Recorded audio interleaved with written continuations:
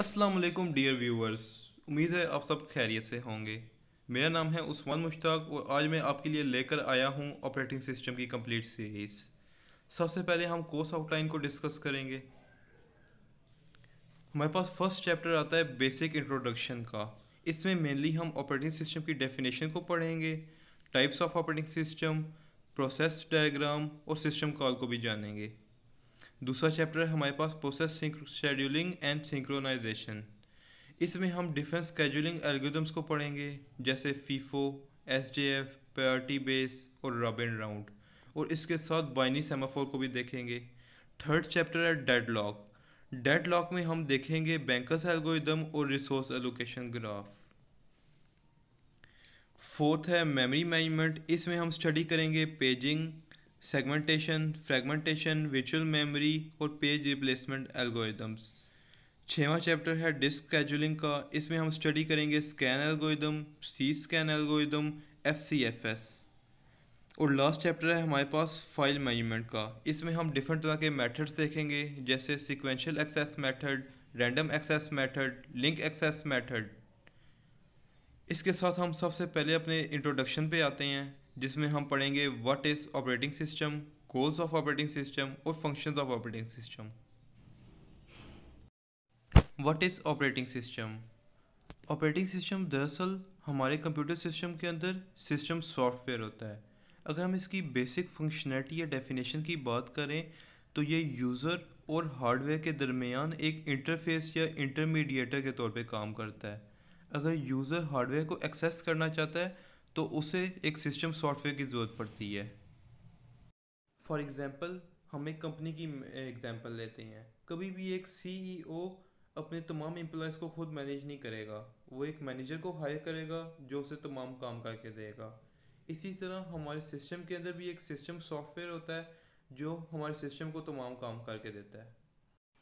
अगर user operating system के साथ डायरेक्ट कम्युनिकेशन बनाना चाहता है तो वो टर्मिनल या कमांड लाइन का भी यूज़ कर सकता है। ये डायग्राम हमारे सामने एक अब्स्ट्रैक्ट व्यू है किसी भी कंप्यूटर सिस्टम का।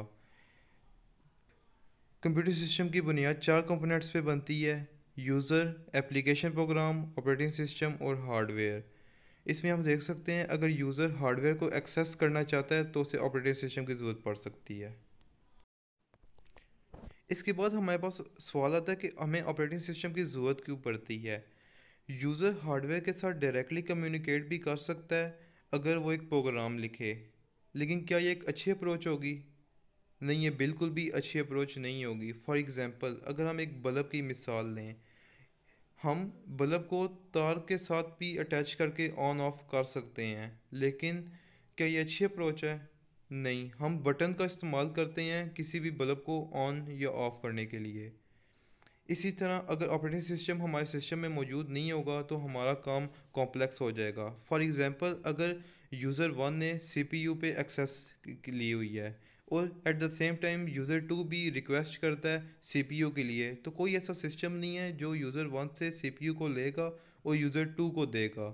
इस वजह से रिसोर्स शेयरिंग भी बहुत डिफ़िकल्ट हो जाएगी।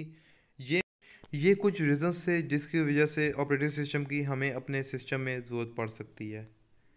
इसके बाद आता है goals of operating system. Primary goal of operating system होता है कन्वीनियंस प्रोवाइड करना, मतलब हार्डवेयर के साथ इंटरेक्शन इजी रहे, जो हमारे सिस्टम की रिसोर्सेज हैं वो 24/7 अवेलेबल रहें। दूसरा प्राइमरी गोल है हमारे पास एफिशिएंसी, मतलब बेहतर थ्रूपुट प्रोवाइड करना। थ्रूपुट होता है number of task executed per unit time. अगर हमारे सिस्टम की थ्रूपुट ज़्यादा होगी तो मतलब वो ज़्यादा परफॉर्मेंस देगा और ज़्यादा एफिशिएंट होगा। इसके बाद हमारे पास आते हैं फंक्शंस ऑफ ऑपरेटिंग सिस्टम। सबसे पहला फंक्शन है रिसोर्स मैनेजर। ये हमें ज़्यादातर तब ज़रूरत पड़ती है जब हमारे पास मल्टीपल यूज़र्स होते हैं। फॉर एग्ज़ाम्पल, अगर यूज़र वन ने एक रिसोर्स ली हुई है और यूज़र टू भी उसी रिसोर्स के लिए रिक्वेस्ट करता है, तो ऑपरेटिंग सिस्टम की जिम्मेदारी है वो यूज़र वन से रिसोर्स ले और यूज़र टू को दे, और जब यूज़र टू एग्जीक्यूट हो जाए तो वापस वो यूज़र वन को दे और यूज़र वन भी एग्जीक्यूट हो। इसके बाद है प्रोसेस मैनेजमेंट। इसमें हम सीपीयू स्केड्यूलिंग एल्गोरिदम्स को यूज़ करते हैं अपने प्रोसेसेस को मैनेज करने के लिए। तीसरे नंबर पे आता है स्टोरेज मैनेजमेंट। स्टोरेज मैनेजमेंट में हम फाइल सिस्टम को यूज़ करते हैं, हम अपने डाटा को कन्वर्ट करते हैं ट्रैक्स और सेक्टर्स में। ये भी हम ऑपरेटिंग सिस्टम की मदद से ही करते हैं। फिर आता है मेमोरी मैनेजर। हमारी जो रैम होती है वो लिमिटेड होती है, और हमारे जो भी प्रोसेस होते हैं वो रैम में ही आके जगह लेते हैं। इसी तरह हमारे ऑपरेटिंग सिस्टम की जिम्मेदारी है कि वो तमाम प्रोसेसेस को रैम में जगह दे और उनको एग्जीक्यूट करे। पाँचवें पे है सिक्योरिटी मैनेजर।